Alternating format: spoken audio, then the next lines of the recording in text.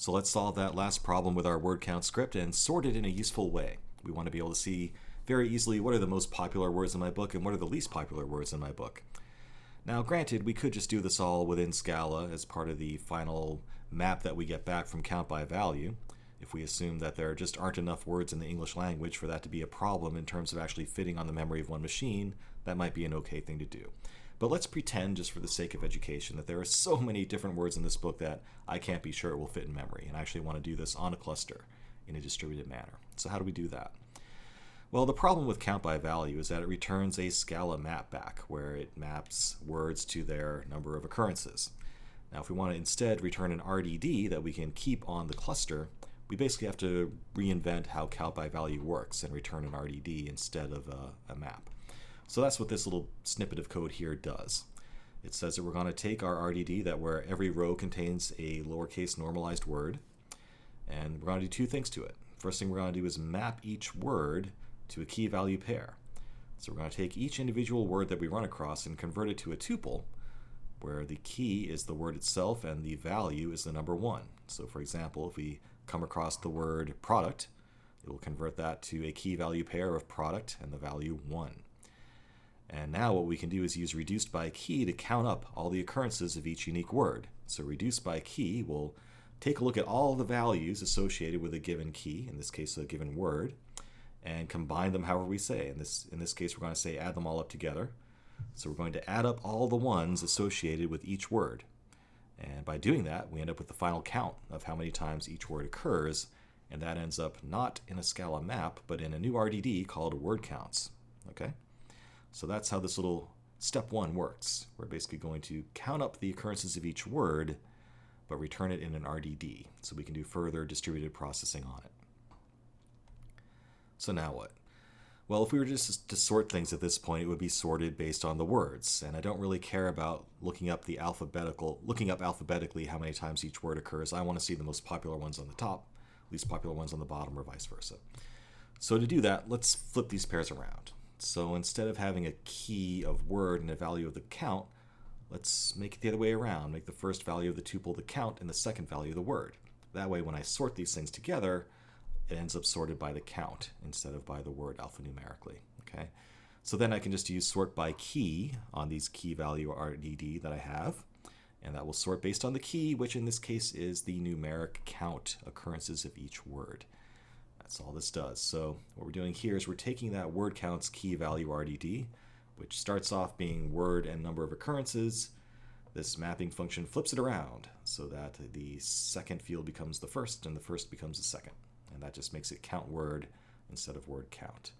And then we can call sort by key to sort things the way we want and display the results. So let's go take a look at the code and actually run it. So back to the Scala IDE here, you can see we're continuing to iterate on this problem. We started off with a very naive solution that just split up words based on the space character. We moved on to a better solution where we normalize that data a little bit better. We're more intelligent in how we're splitting things up into words, and we are normalizing them all to lowercase. And the last step in our journey here is to actually sort this in a useful manner. So let's go make that happen. Go ahead and click on the com.sundogsoftware.spark package, right click, and import from the file system, wherever we save the course materials. Oh hey, it actually remembered it. That's cool. And you should see a word count better sorted.scala. Select that and import it. And let's open that up and take a look. So you can see here we've implemented the code that we had in the slide there. And things are the same up until this point. So we have our RDD here of lowercase words, where every row of the RDD is a normalized word from our book. And here again, we are going to transform each word into a key value pair, where the key is the word and the value is the number 1. And then we can use reduce by key on that result to add up all the occurrences of each word, add up all the ones, all the 1 values associated with each unique word. And that final result ends up in the word counts RDD, which we can continue to process on the cluster. And what we're going to do to sort that in the way we want is first flip them around so that the first value, the key, is the count, and the second value is the word itself. And then we can use sort by key to sort the resulting RDD by those key values, which are the counts. And then we can At that point, sort by key returns things back to Scala, back to the driver script. That's an action. And we just have to iterate through each one and print them out. Now, to make it a little bit more readable, we actually want to print out word and then count in the end, not count in word. So we're going to flip it back to its original order as we're iterating through the results and printing them. So we'll extract the first field and save that into something called count. The second field, save that into the word value, and print out the results the way we want, which is just going to be substituting in the strings for word and count into our final result on each line. So let's go ahead and run that and see how it looks. And now the results will be a little bit more enlightening, shall we say. So go up to run configurations, create a new Scala application. What do we call this again? Word count better sorted. All right. Word count better sorted. And our main class, com.sundogsoftware.spark.word count better sorted. Let's run it, see what happens. Woohoo! All right, that's more like it, huh? Interesting, interesting, interesting. So the most popular word in my book is the word you. Wow, I must have you in mind.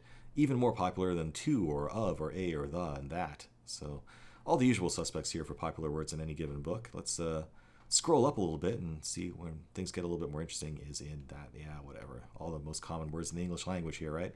Business, probably the first kind of interesting word in the book, and it is indeed a book about business. Scroll up a little bit more. What do we find? Product shows up again as a popular word.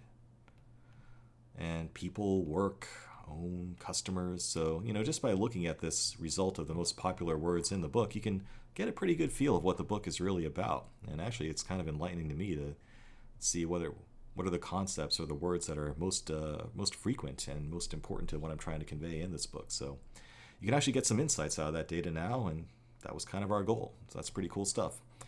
So there you have it. Our journey is complete for now for our word count example here. This is usually a very simple example that people use as sort of the hello world application of Spark, but we've kind of taken it to the next level here, and I hope you learned a little bit along the way. Mostly about the need to normalize your data and some ways to think creatively about getting the final result that you want and keeping it distributed. So there you have it. So there we have it, a pretty good example of doing a word count in my book there. If you do want to get your hands on it and start fiddling with it yourself, here's an idea of how to do that. How about introducing a stop list of words? Let's say you want to filter out all the common words in the English language like is, and, the, but, whatever you can think of, because that's not really going to tell you much about the content of the book itself. So see if you can use the filter operation and write a filter function that checks for a list of stop list words and filters those out from the actual processing as early on. So that's a little challenge for you if you're up for it. Either way, I'll see you in the next lecture.